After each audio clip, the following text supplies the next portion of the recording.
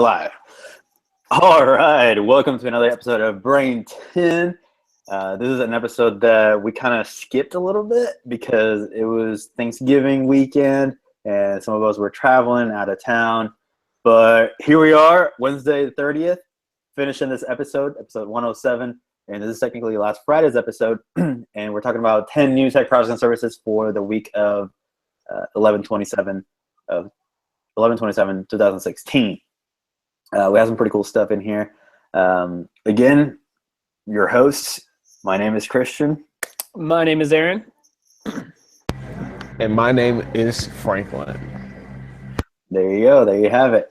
All right, so let's just get started here. Number one, I have that Instagram officially launched their live capability in the disappearing pictures, kind of like Snapchat, and they're doing kind of like a slow rollout with the live moments, but it's officially announced. Before, there was like some rumors that they were testing it in different markets, but now it's official, and they're going to start rolling that out, and it's kind of cool. Obviously, you can go live and it'll show up in like that moments bubbles up there in your home screen, and it will say live for that particular person whoever is live. You'll also be able to, under this cover, be able to check out some of the top live videos, which is pretty cool. I mean, this is very self-explanatory because almost everyone's doing the live now, and it's very similar to, Periscope and Facebook Live and all these things where you can comment and send hearts and likes and all that stuff. So it's pretty cool. The way you access it is the same way. You just swipe. The same way to do moments, which you just swipe, and you'll be able to do normal, which is just a normal picture for your moment, a boomerang, or the live functionality. And with that, they're also doing a disappearing photos and videos. This is the same thing as Snapchat, and this is going to be you're going to be able to do it kind of like a private message to someone, and they'll be able to open that picture, and once it's gone, it's gone. And you can still do the doodles and the text and all that stuff exactly just like Snapchat. I think that's available right now for everyone, if I'm not mistaken. I haven't checked. Yes. It is? Okay. But the live video it's slowly rolling out to everyone. So be on the lookout for that. Yeah, I'm super excited about that. I've been doing some testing on my personal Instagram as far as engagement with that and Snapchat. So I'm really excited to see that for live, not only for personally, but for our business too. Yeah. All right, number two is the new Google Sites. And to give a little background about what this is, if you've never worked corporately or have never been a part of a company that has like a wiki page, where it's a bunch of resources, a bunch of things that are going on internally in the company. It's not a website that you're going to publish to everybody.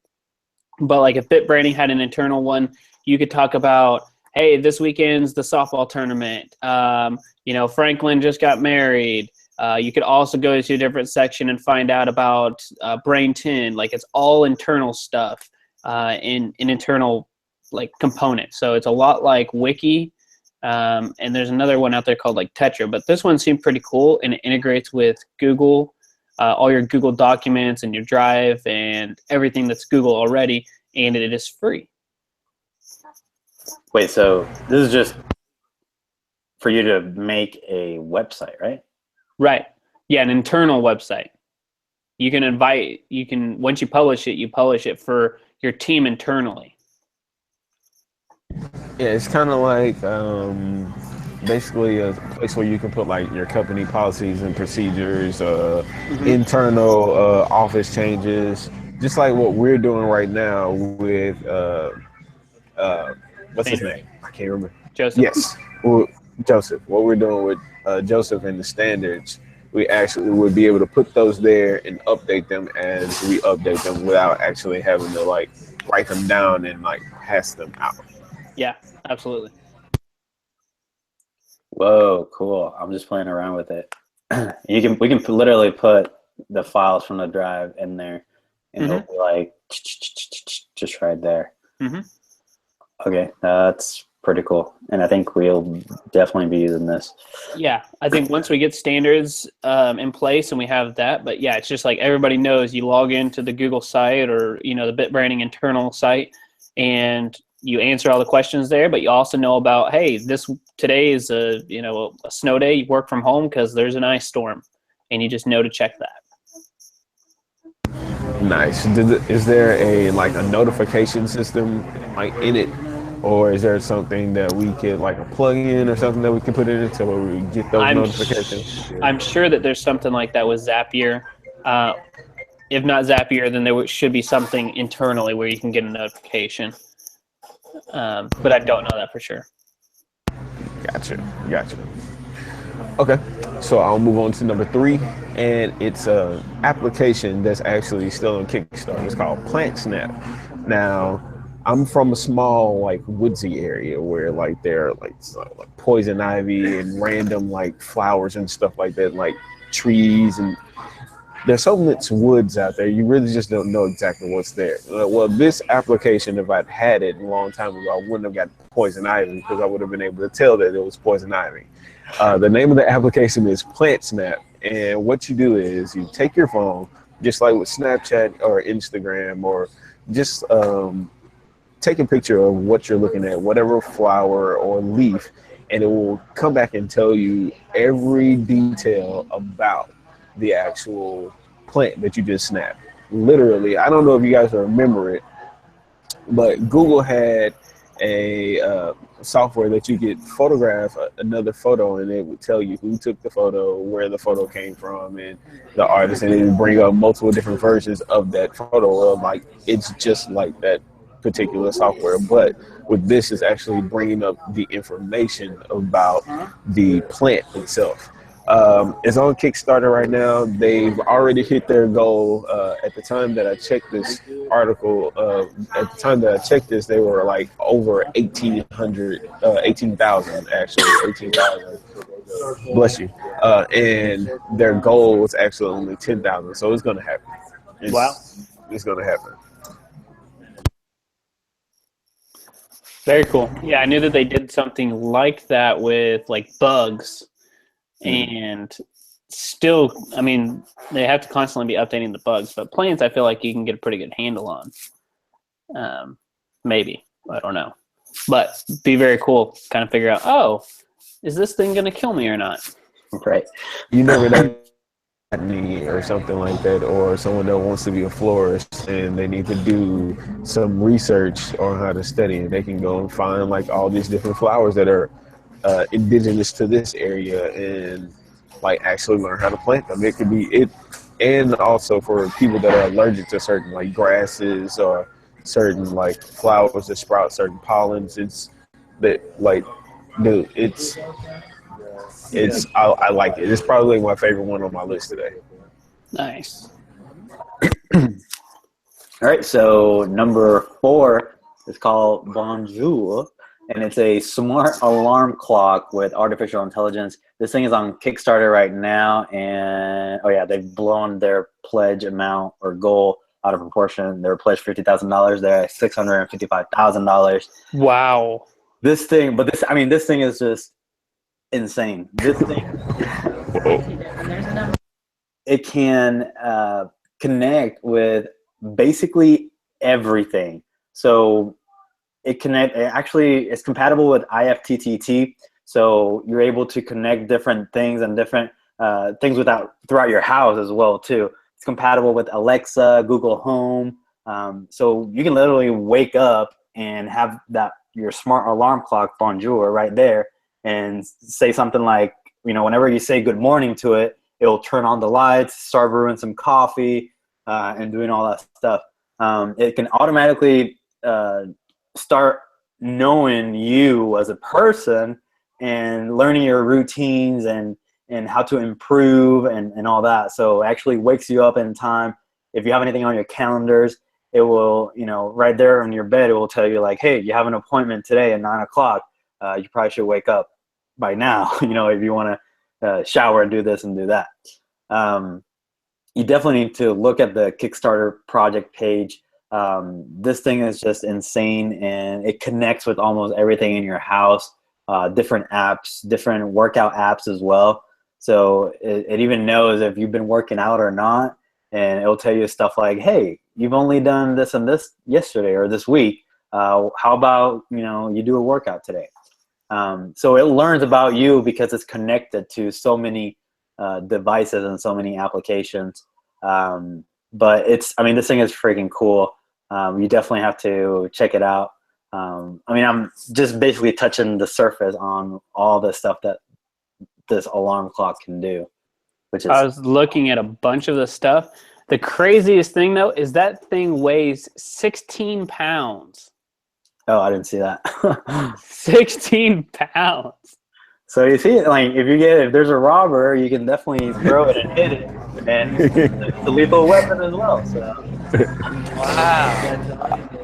I honestly like the fact that you said that you'd have to listen to it if you want to get up and take a shower before you want to go to your meeting.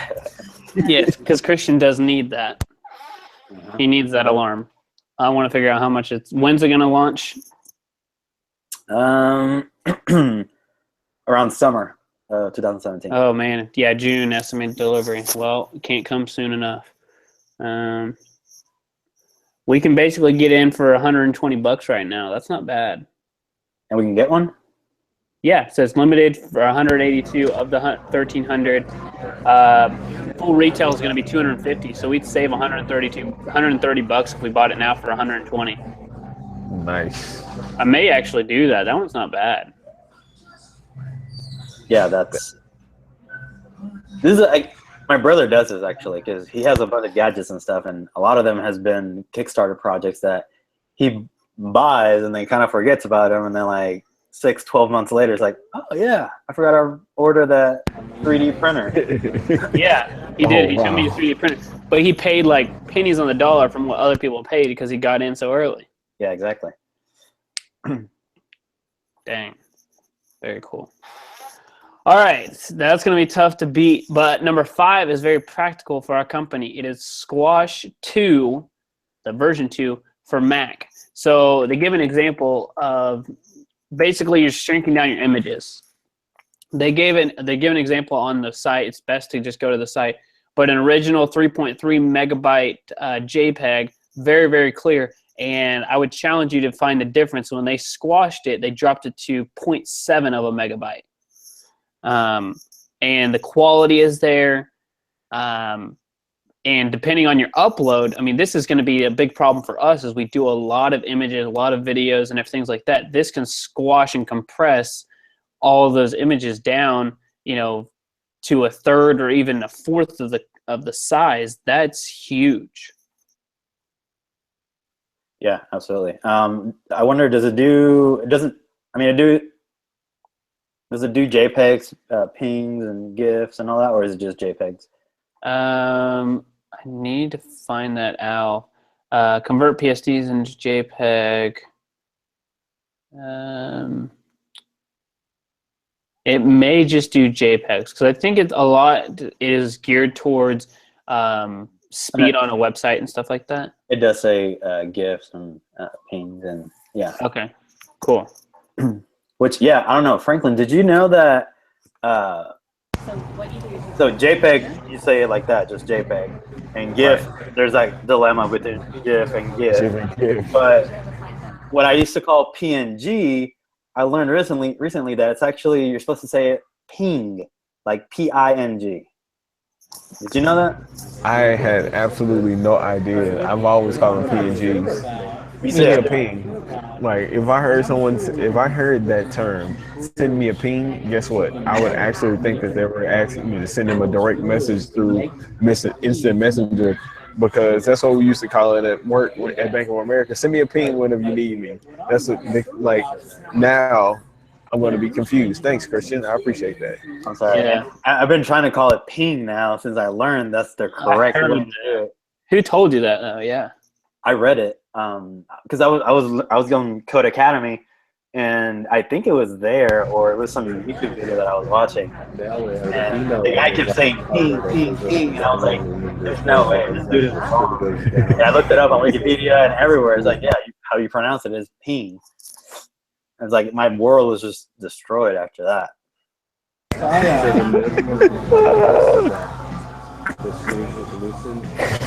Oh my god. Oh. Okay. No, thanks, because I did not know that. I seriously didn't know that. All right, as marketers, we should probably know that. So, all right. Anyway, I appreciate think about getting that $20 one-time fee. Man, it's not bad, especially because even whenever you drop the resolution for web images from 300 to 72, sometimes they can still be pretty large. Mm-hmm. If you even even if it does, well, if it's made by, who'd you say, who's it made by again? Squash. Squash.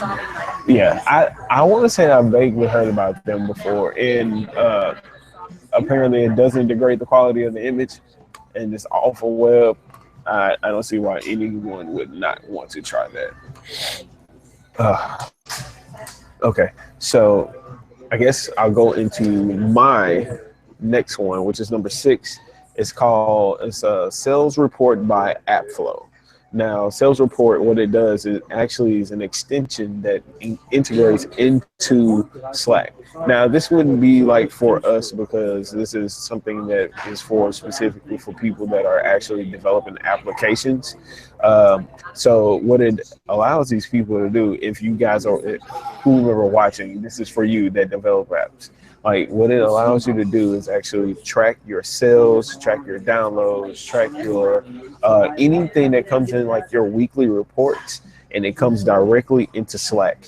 That way that whenever you are tracking that information, it will import into Slack and you and your team can go over it in a Slack link right there in your computer.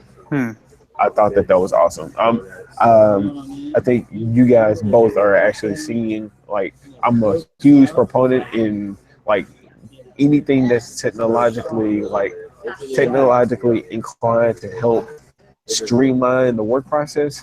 And I love reports. I don't know why, but I love reports. I love to track numbers, and that right there would be something that would be awesome for us to track ad conversions, site clicks, and all other things that are actually in with our industry. But this one is merely app specific, and it won't help us out, but I just felt like it would be something good for someone that was watching the show that developed applications as well. Yeah, that's pretty cool. And actually we've seen similar stuff like that where there's a lot of things like this coming out where they're automatically sending reports to Slack, and a lot of integration with Slack, which is pretty cool. And also like Facebook Messenger as well, especially with whenever they open up the ability to do bots. Now everyone's kind of like integrating all these stuff and automating a lot of these things, which is pretty cool. Moving on to number 7. So Snapchat, you know that they now are a tech company, a real tech company, because they're actually producing it's a tech product, a physical product, and it's called the Spectacles. And we talked about how they've had kind of like pop-up machines, kind of like vending machines all over the US, and people can just, go to that vending machine and buy the Spectacle sunglasses, which is the only legitimate way to buying these sunglasses right now. Unless you go to like eBay or Amazon and try to purchase one, then they're going to be 3 or 4 or 5 times the price. But they've opened up a actual store. They call them pop-up stores because these are stores that open up pretty quickly, and they're just kind of like temporary stores. But the interesting thing about this store, it's in New York, and it's literally a huge hallway with one of those vending machines at the very end of it, and just TV screens along the wall showing what you can do with the Spectacles, and that's it. So the whole store, it doesn't have any employees, it doesn't have anyone. The whole store is just one vending machine at the end, and you just walk in and do the line and purchase the Spectacles. which is kind of crazy. I like that so much. I've heard of pop-up shops before, but they've all been like for clothes, nothing for tech. That is hot. I like it. Snapchat's trying to snap back. I like it. Yeah. Yeah, they just don't have the tattoos yet.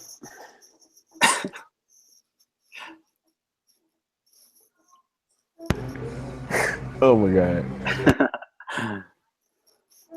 Oh, mic drop. Yeah, got him. All right, number 8, since everybody's just at a loss for words right now from this awesome play on words that I just did, let's move on to number 8. It's called Deceit.me. That's just the name of the company, and it is also the website. This will delete yourself from the internet. So you log in with Google, and you go to this website, and it will ask you to remove yourself from these accounts. So Facebook, YouTube, Shopify, Evernote, PayPal, LinkedIn, whatever, Pinterest. Get me off of these accounts, get me off of the web, and it will do it. Instagram, Dropbox, you name it. This is like, that's like, I've heard of one other company, but all they do is unsubscribe you from the email lists. This like completely deletes accounts. Yeah. That is, that's like, this sounds like some black hat, like hacker stuff. Like you just type in one login and it goes and finds all of it. Well, I feel like, yeah, the way it works is anything that, you know how whenever you sign up to a lot of those things, they give you the ability to sign up with your email address. So if your email address is the same Gmail one that you've used for all of these, then yeah, it will find those and delete those accounts. But if you, I mean, I have multiple email addresses and I've used them for different things. Like I have my iCloud one that I use for different things, and I have the BitBranding one that I use for different things. So it really depends if whatever you've made with that Gmail email. Correct. Nice. Okay. Nice. I like it. I know a couple of people that I need to share that with, like immediately. Uh-oh. I did not mean to edit the Google Doc, but Oh man. Sorry. Crap. And it's still, okay, there it goes. All right. So now that I fixed the Google Doc, I'm going to go on to the next thing. And okay, so we had a debate about this, and we kind of like, they aren't as optimistic as I am about it, but I'm going to stay optimistic until the industry proves me wrong. And the application is called Tribe. Now, this is a direct messaging application that allows you to send videos to your friends, just like Snapchat. But the thing that actually caught my eye about it is that whenever you're saying certain things inside of the application itself, it will, like, let's say that I was speaking to Aaron or Christian, and I was saying, hey guys, let's go see the new Brad Pitt movie tomorrow at 8:00. It will literally, while you're saying it, say, it will pop up with the text of the name of the movie, and also it'll send up a link that you can tap to actually create an event and add it to your calendar without you having to type it in. That's the thing that caught my eye, and I feel like it would be like a game changer whenever it comes to actually being a messaging app, because it's completely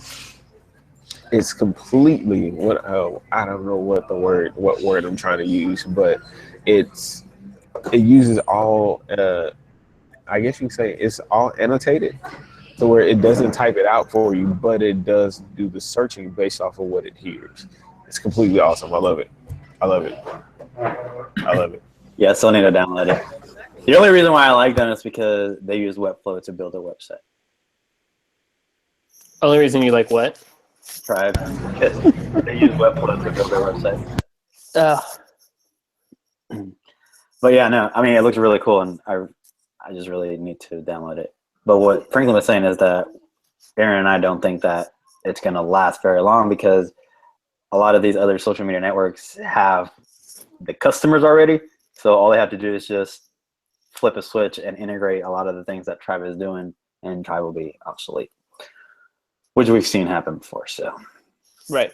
Or they just take the components of it and they'll add it to their own social network. If Facebook says it's valuable enough, they'll buy it from them. Or Snapchat says it's valuable enough, they'll buy it from them. Yeah, it's always good to know. So it's good to know about it and to test it out. I just don't think it's good practice to spend a bunch of time on it where your audience isn't there. But it's good to bring up in this show that you're aware about it. So then in a year from now, if we hear about Tribe and it's like, wow, we have 200-300 of our friends that are on there, maybe it's time to start paying attention to it. Mm-hmm. Yeah. Agreed. All right, so my number 10 and last one is a little bit of news here.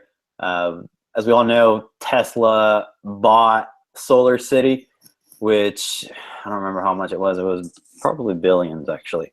But Solar City, they basically make solar panels and a lot of electrical and solar energy stuff. So it was just the right direction for Tesla to do that acquisition. And they've already done something really, really freaking cool. Now, the two companies have teamed up together, and actually they did this they started this in 2015, and they're now just finishing it. They've built a whole grid for which they call a microgrid for a American Samoa island called, I don't know if this is the right pronunciation, but it's Tau or Tau, something like that. I don't know. It's T-A-U. And I mean, this thing is it's insane because this island, it didn't have any cables or any power going into the island. Everything that was, as far as electricity, it was generated with diesel. So they have these generators that run on diesel, and they have to basically get huge boats with barrels of diesel in order to power the whole island. And now they don't have to do that at all. This thing powers the entire island, 100% renewable energy, providing, savings in cost, removing hazards from spillage, or, it's just insane. This is kind of like and it says right here on this article, and it's on the blog of Solar City. It says that this is not a postcard from the future. This is a snapshot of what is possible right now. So this is very exciting, especially being Tesla, which I like a lot, and Solar City, which I didn't really know about until Tesla acquired them. But it's just insane that they've built this microgrid and it powers 100% the energy from the sun, and it's about 600 residents. So, wow, yeah. I mean, if anything, wide scale, it wouldn't necessarily work for all over the U.S., but you could use a hybrid of it. Obviously, they're in a place that has a bunch of sun, but I did read that they can go 3 days without having any sun and power that way. And it only takes 7 hours of sun for it to be fully charged at 100% again. And I think that will only get better. Mm-hmm. And obviously, we know from the chamber and going to one of our networking groups, Authority Roofing here locally in Allen, they're actually working with Solar City. Hopefully in the next year, they'll start working to put on not only roofs, but solar panels on these roofs as well. And it's directly from Tesla. It's pretty cool. Yeah, so actually Tesla just came out with those. I mean, they're not panels; they're like the actual shingles. Mm-hmm. So they've created shingles that are actually solar panels. So you don't have to have these huge solar panels on top of your actual roof. The solar panels will be your roof. Right. That's nuts. That's crazy. I love the fact that we are actually progressively moving toward getting away from using all the fossil fuels because of how bad the ozone is becoming and global warming is real. No matter who tells you it's not, global warming is real. Trust me, we live in Texas, we know.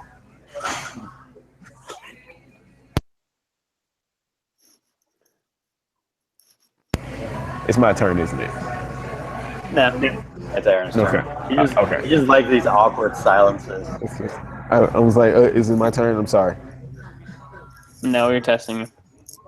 All right. Number 11 is probably my coolest. It is my last one. It is called Httpstr. It's kind of like hipster, but it is the best websites on the web, the hottest on the web right now. You can go back a couple of months. I've looked at quite a few of these sites, and they are amazing inspiration. At face value, they just kind of look like regular websites, but if you click on them, visit their website, it's like high quality stuff. I mean, they are some of the best websites on the web right now. Great inspiration for not only web designers, but people who, doing a blog or etc. Yeah, I think to me this would be just a really good inspiration. Oh, so this is where you found that one website that you showed. Yeah. Yes. That was Fly. That was like Marty McFly, like Back to the Future, Right, and you can not only visit the website, but you can go into the details of like how the site was built, which is kind of cool.